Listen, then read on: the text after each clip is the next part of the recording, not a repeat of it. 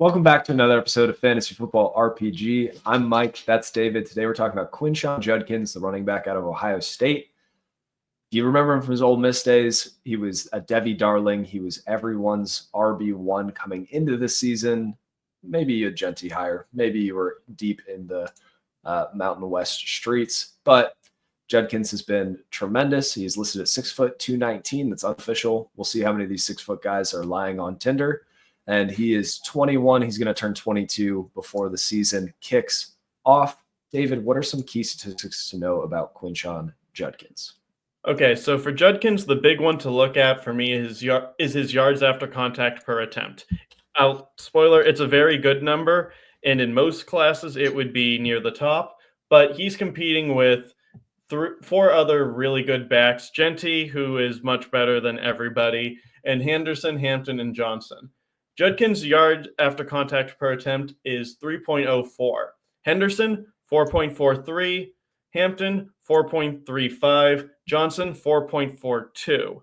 Now, that makes him sound pretty bad, but I'd also want to point out Breece Hall had 2.83. So it's still a very good number, but it's easily the fifth of the five guys in this class that are really at the top of the running back rankings.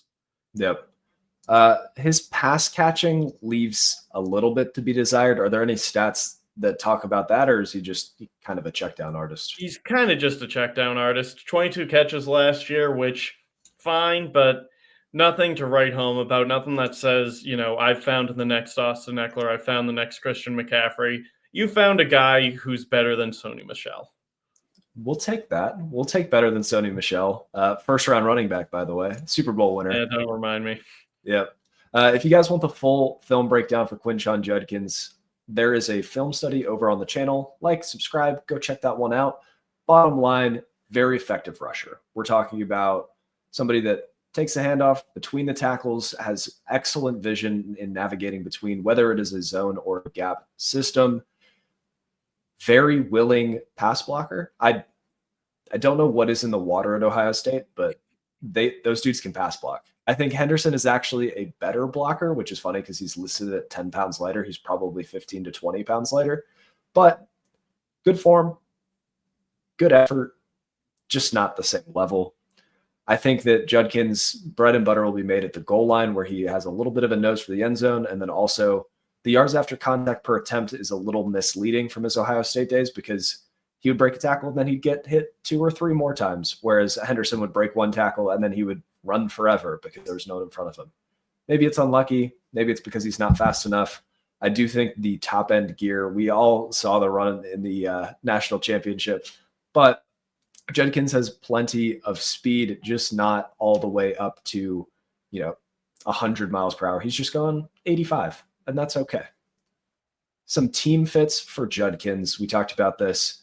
The Pittsburgh Steelers at 52, Houston at 58, or the Giants at 65 all seem like they could be solid options for them to take him. As the resident Steelers fan, I'll talk about the Steelers first. This would be fun for fantasy because I think there is a role that needs to be filled. Najee Harris looks like he's going to be signing somewhere else this offseason. We have to wait how free agency shakes out. I think that he can be a more effective Najee Harris with a little less juice in the passing game. If you're looking for someone that's going to find the right hole, move up the field. Look, we don't know what the quarterback situation looks like. We know that Arthur Smith is a fantasy terrorist. We could see Judkins get, 15 to 18 touches, but the majority of those on the ground. It would be tough for fantasy, but maybe he falls in the end zone a couple of times. We're talking about RB2, RB3 range at that time. How would you feel about the fit to Houston in the second round?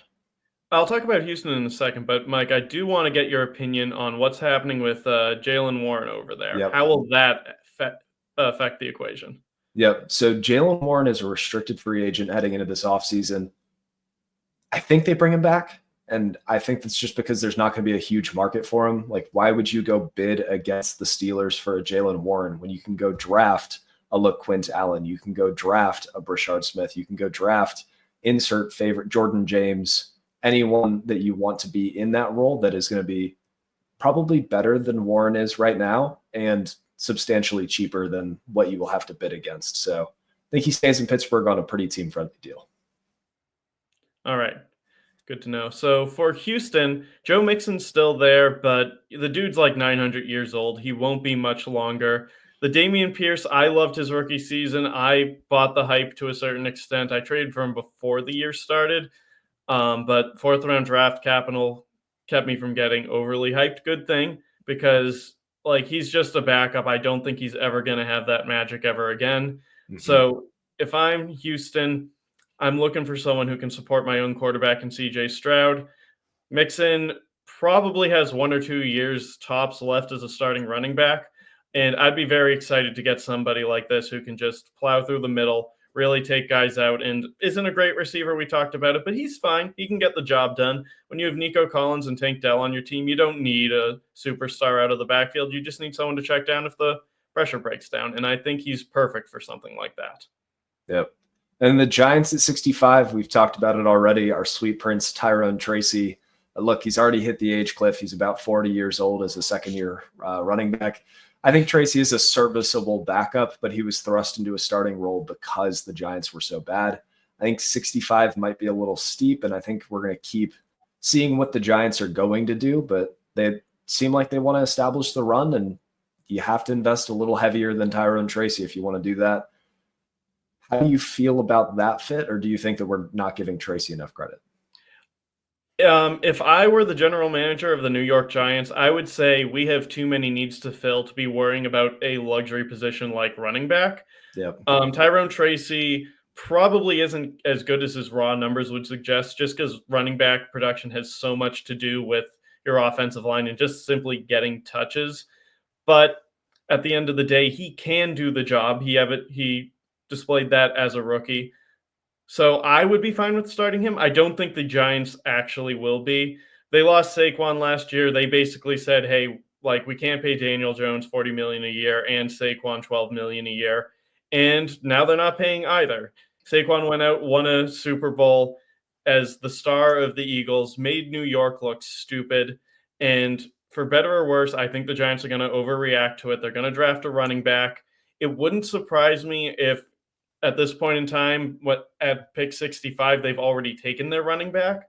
But if they don't take anyone in the second round, I think Judkins is pretty much a lock in the third, unless one of the other 4 guys falls into the third and is still there. Yeah, I think the Giants are going to get memed into taking a running back early. They shouldn't, but they might. Dynasty price for Judkins, he's going in the 112 range in Superflex mock drafts. It's scored at Football Guys ADP. Look, at the 112 range, you could do worse than a running back we feel good about. Yeah, 112 sounds about right. The lack of pass catching really puts a limit on his ceiling. And seeing as he's almost I'd be shocked if he was a top half of the second round guy. He screams late second, early third to me.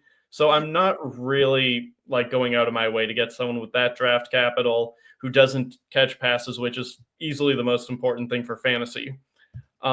Like he'll fall into the end zone a few times, and there's a halfway decent chance he ends up either as someone's backup to start his career or on a really bad team. 112 sounds right because you want to bet on the talent, but chances are it's not going to be a great situation, and he comes with a limited ceiling. Yep. This is the guy we are most cautious about in the top 5. If you want to check out the other previews, be sure to like and subscribe. Check out the playlist linked at the end of the video. Hope you enjoyed it. Quinshon Judkins, good rusher, little limited in the passing game, should have a good role at the NFL. Maybe not for your dynasty teams. Bye-bye. Thanks for listening to another episode of the Fantasy Football RPG Podcast. If you made it this far, be sure to like and subscribe. If you want to check out written content, head over to lastwordonsports.com. Don't let the goblins get you.